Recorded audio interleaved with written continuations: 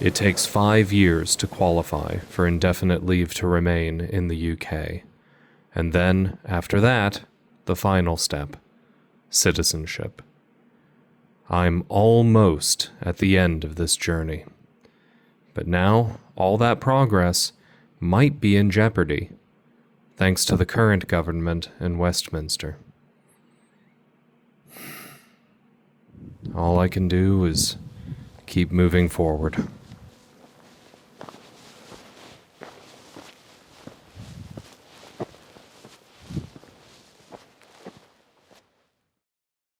Many people dream of returning to the home of their ancestors, Scotland. Last year, in 2025, I fulfilled a lifelong ambition and bought my dream home in the Scottish Highlands. I've made some incredible new friends along the way, and now, in 2026, I'm letting go of the past and building a new life for myself as I explore this amazing land. My name's Jason, and I live in the far north of the Scottish Highlands. This is my story. Welcome to the American Highlander.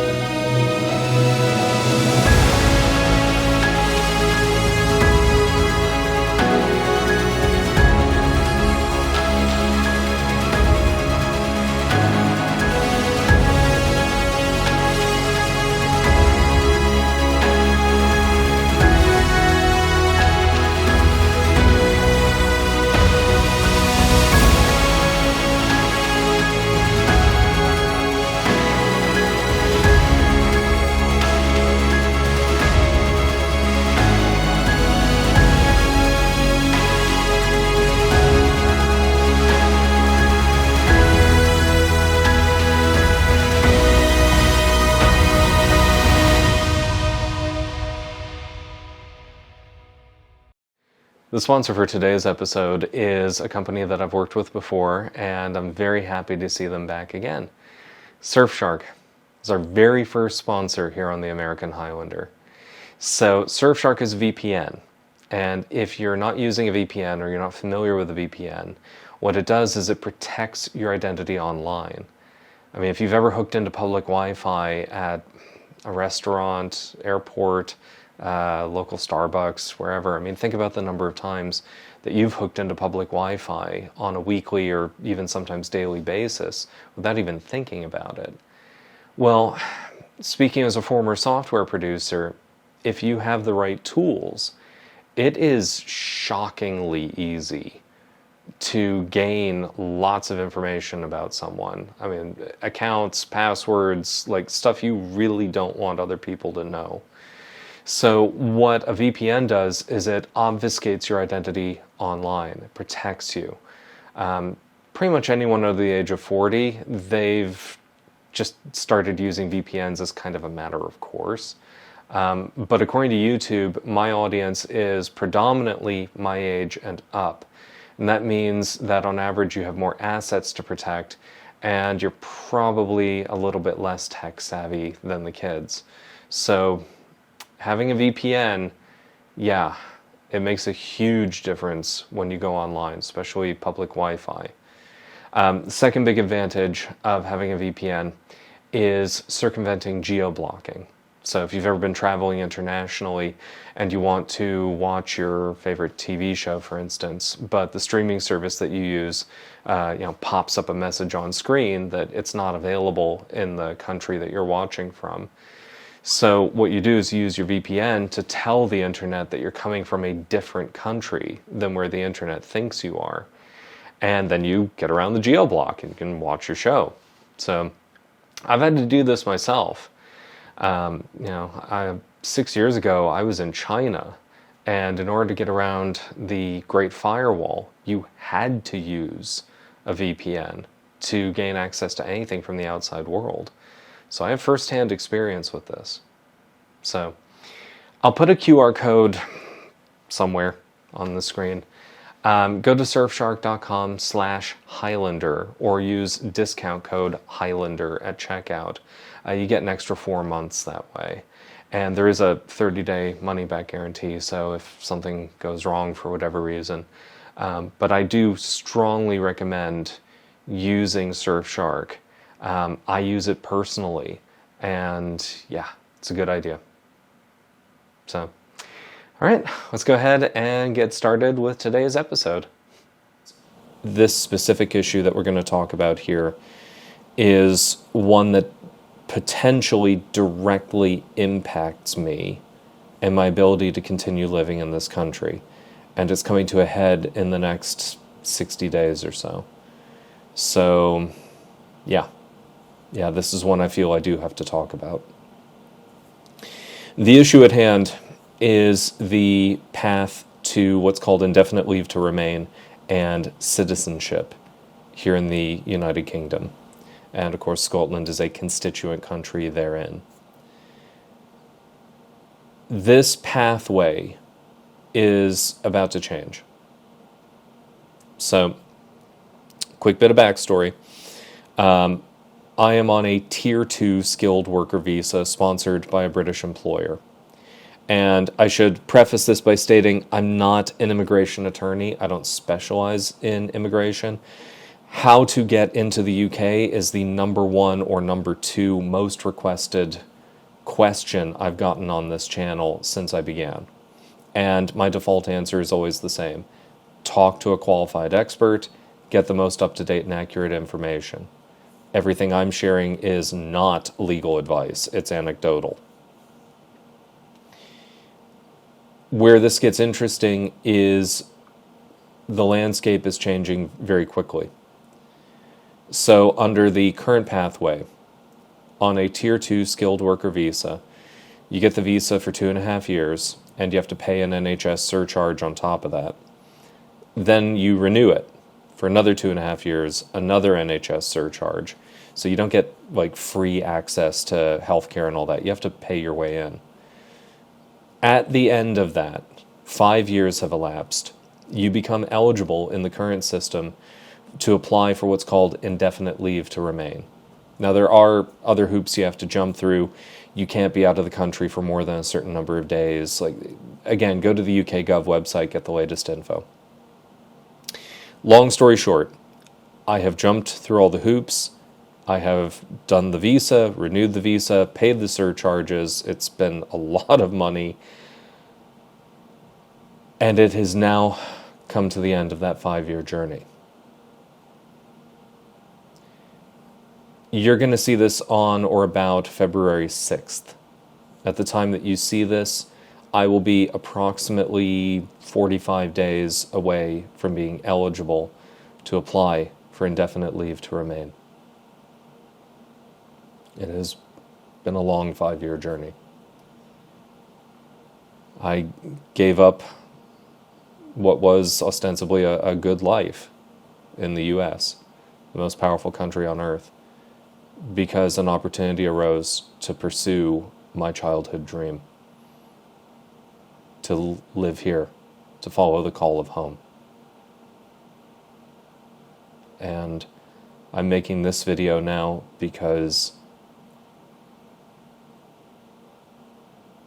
everything that I've worked for the last 5 years is now, thanks to the current government in Westminster, potentially in jeopardy.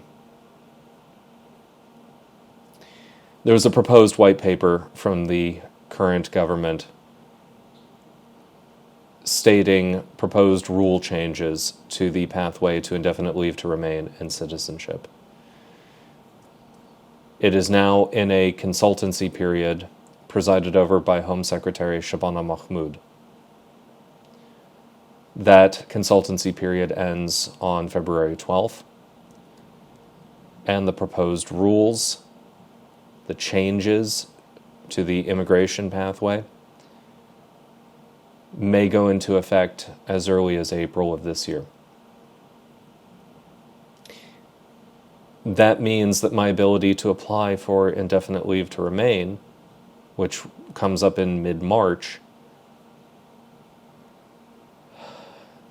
right now it's looking like I might be able to squeak in the current system at the very last minute. Literally at the buzzer. And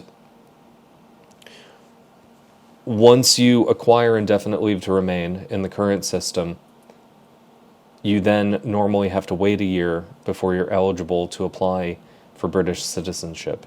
You don't have to apply for citizenship, but that is my goal. I want to become a citizen here.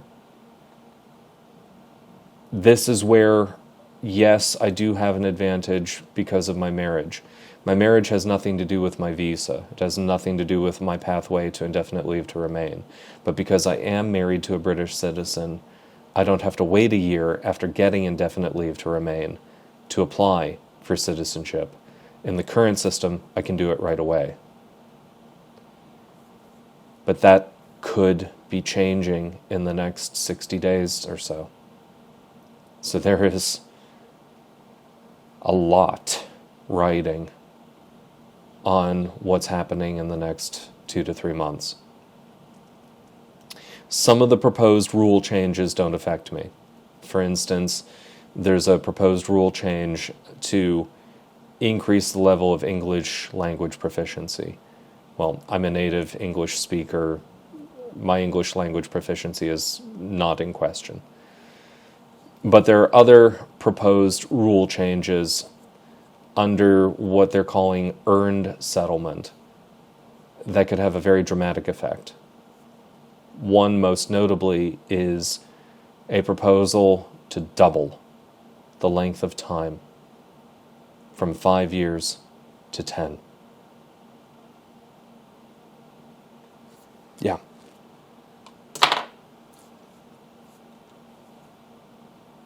Just double the length of time.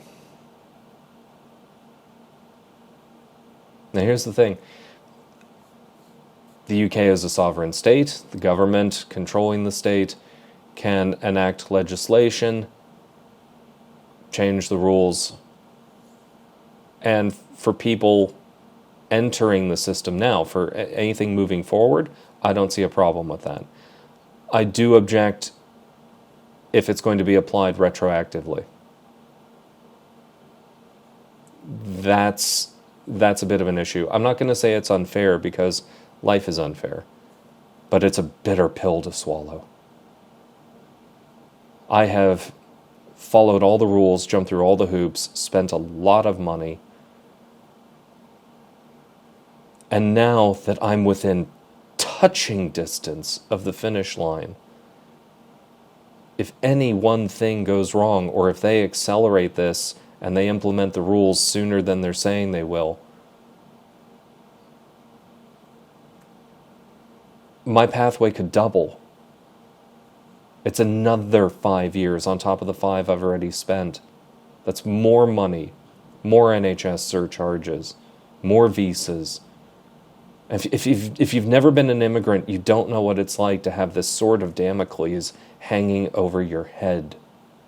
It's something you're acutely aware of every day, that everything that you've worked for can be just taken away.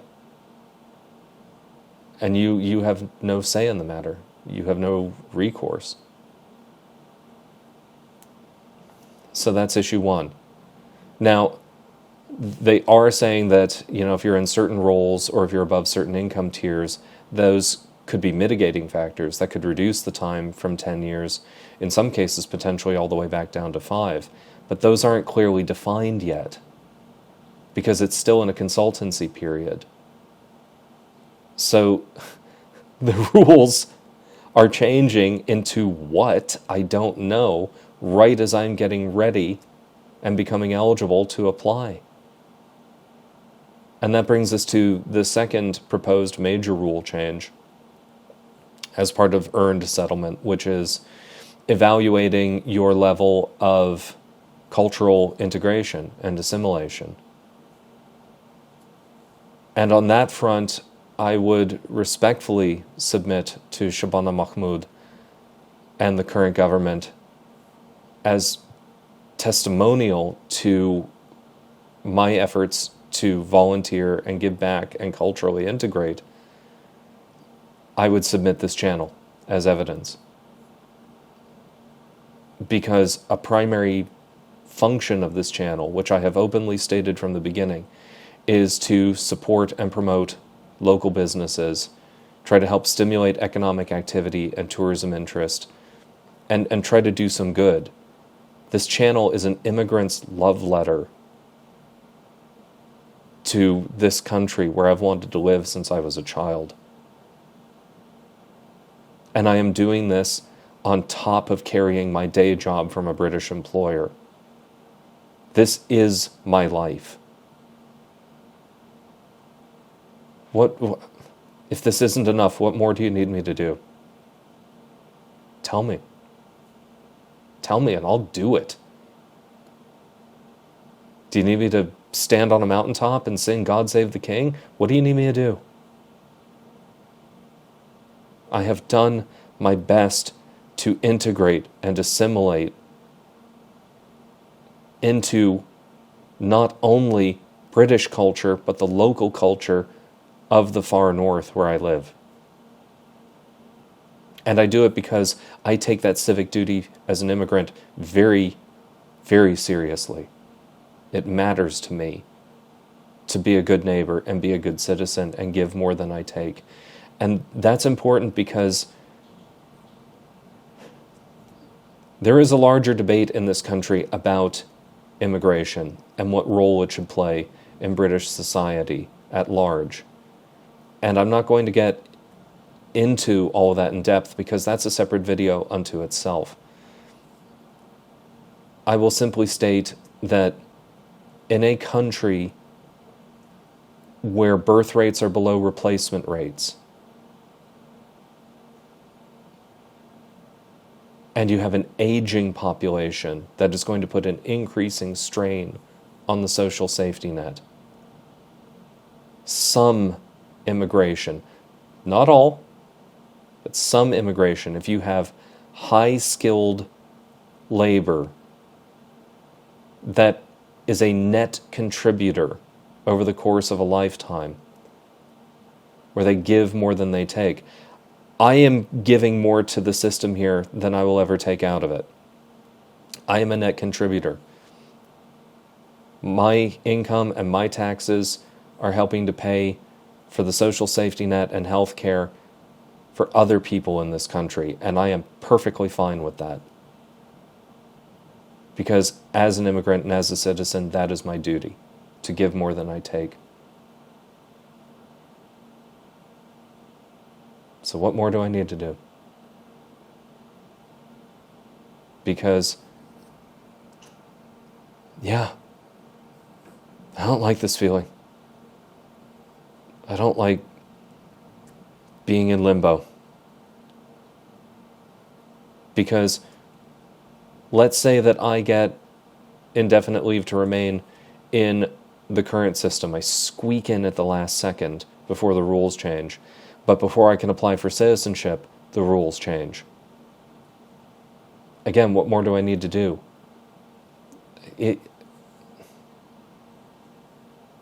I know some of this is an emotional reaction, the exasperation, the frustration, the anger. And I apologize. I'm doing my best to keep my emotions in check right now. Because I know that there are many people in this country who have very strong views on immigration in both directions. And here I am caught in the middle, just trying to earn the right to call myself your neighbor. That's all I want.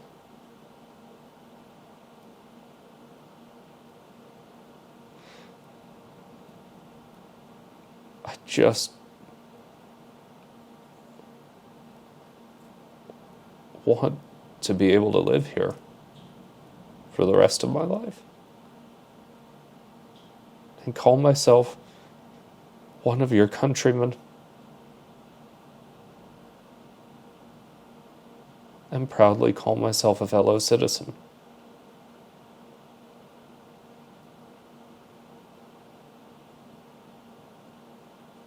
That's all. That's all.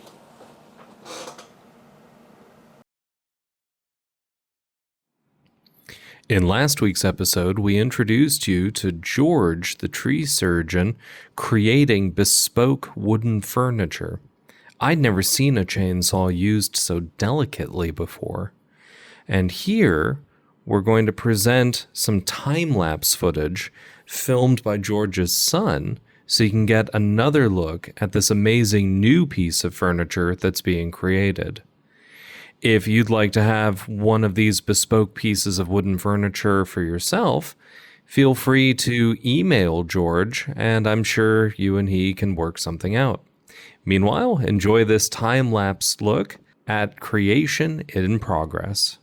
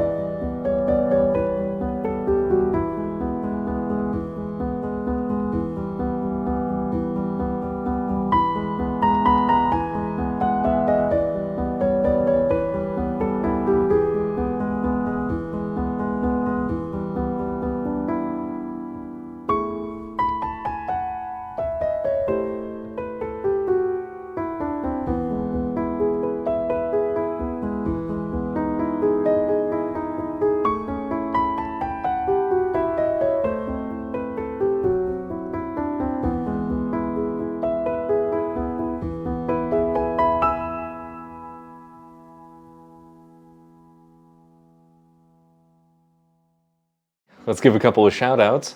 The first shout out that I want to give is to a fellow YouTuber.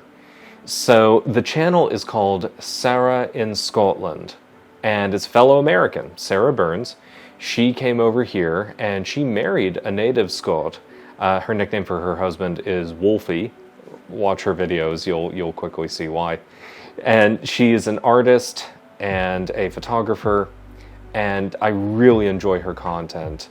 It's sort of relaxing, introspective, life in Scotland, but also from an American perspective, same as me. And she's a bit younger. I mean, I'm a grumpy Gen X, and she's a millennial. They just bought a small house in the greater Inverness area, which is not that far away from here. It's only about an hour south. So if you like my channel, I highly encourage you to take a look at Sarah in Scotland. I think you'll really enjoy what she's offering over there. And tell her I said hi. The second shout out that I want to give is to a local business. I got an email from Ian and Karen McLean, or McLean, sorry, 50-50 shot. They live here in Scotland, and they also have a vacation rental in the Outer Hebrides. And they said, hey, would you mind giving us a free shout? And you know my rule. If you are local, if you have a local business here in Scotland, I'm happy to give you a shout out for free, absolutely. So I verified that they do actually live here in Scotland. Ian's mom, for instance, was born in Carloway, over in Lewis, and she's a native Gaelic speaker. So yeah, legit creds. Needless to say, I'm very happy to give Ian and Karen a free shout out here for their vacation rental in the Outer Hebrides. Take a look. If you're planning a vacation to Harris and Lewis in the Outer Hebrides, you might want to consider 11 Loch as your base of operations. As you can see, it's a really pretty, well-appointed cottage. I love that fireplace. And it can comfortably accommodate up to 5 guests across 3 bedrooms. Now, I haven't been there myself, so I can't personally vouch for the cottage, but, I mean, look at it. Looks great. The Outer Hebrides are very high up on my list of places to try to visit this year, as the beaches there are incredible, and I'm very keen to see the Callanish stones. And 11 Loch appears to be well situated as a great spot to explore from. So, if you're planning a vacation to the Outer Hebrides and you want to rent a holiday let from a landlord who's a native Scot, 11 Loch is a very fine choice.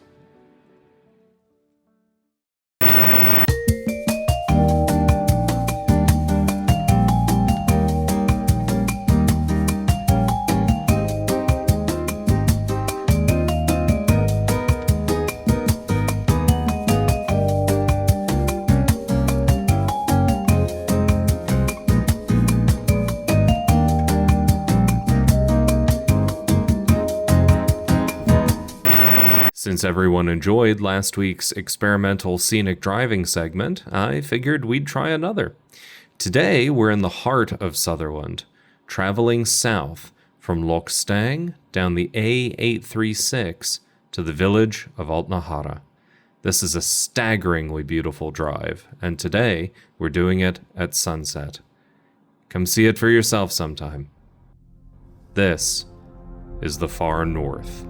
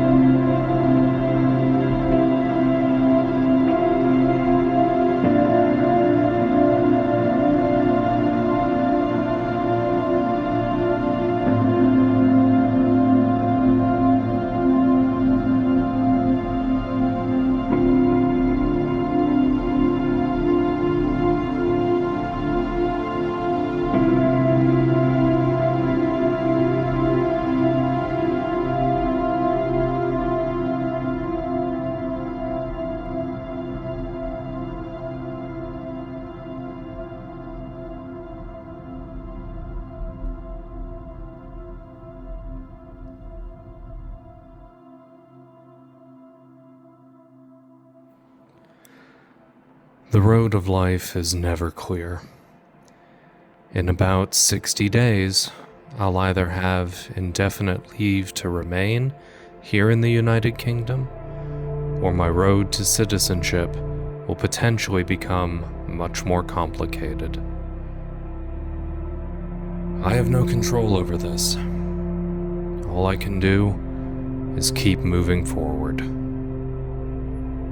I'm an immigrant chasing a childhood dream.